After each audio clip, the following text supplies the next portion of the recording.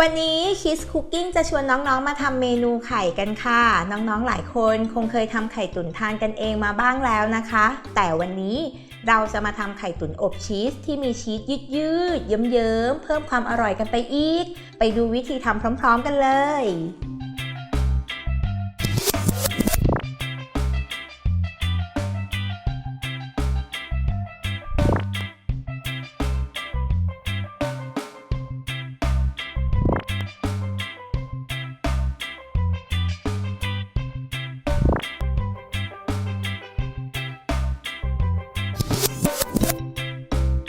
เริ่มจากผสมไข่ไก่กับน้ำซุปนะคะแล้วก็ตีให้เข้ากันค่ะ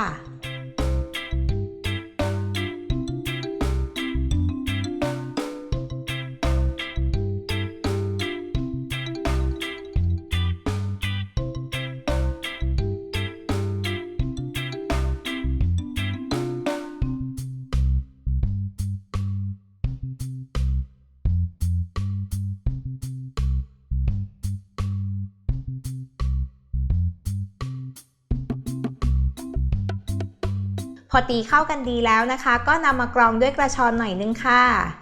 ที่เราต้องกรองเนี่ยเพราะว่าเพื่อที่จะให้ได้ไข่เนื้อเนียนนั่นเอง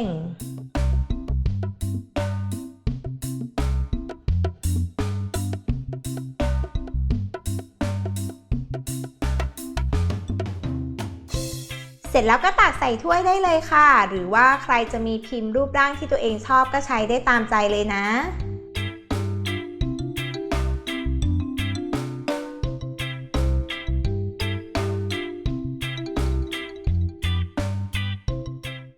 นำไปนึ่งจนไข่สุกค่ะ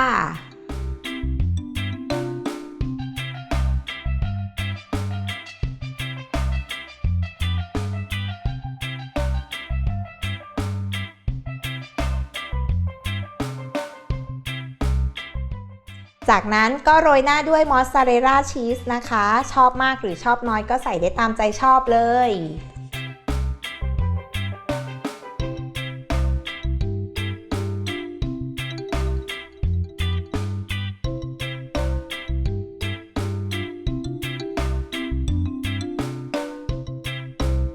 แล้วก็นำไปนึ่งอีกสักประมาณ 2-3 นาทีค่ะเพื่อให้ชีสละลายนั่นเองเสร็จแล้วค่ะไข่ตุ๋นอบชีสของเราใครที่ชอบชีสรับรองว่าฟินกับเมนูนี้แน่นอน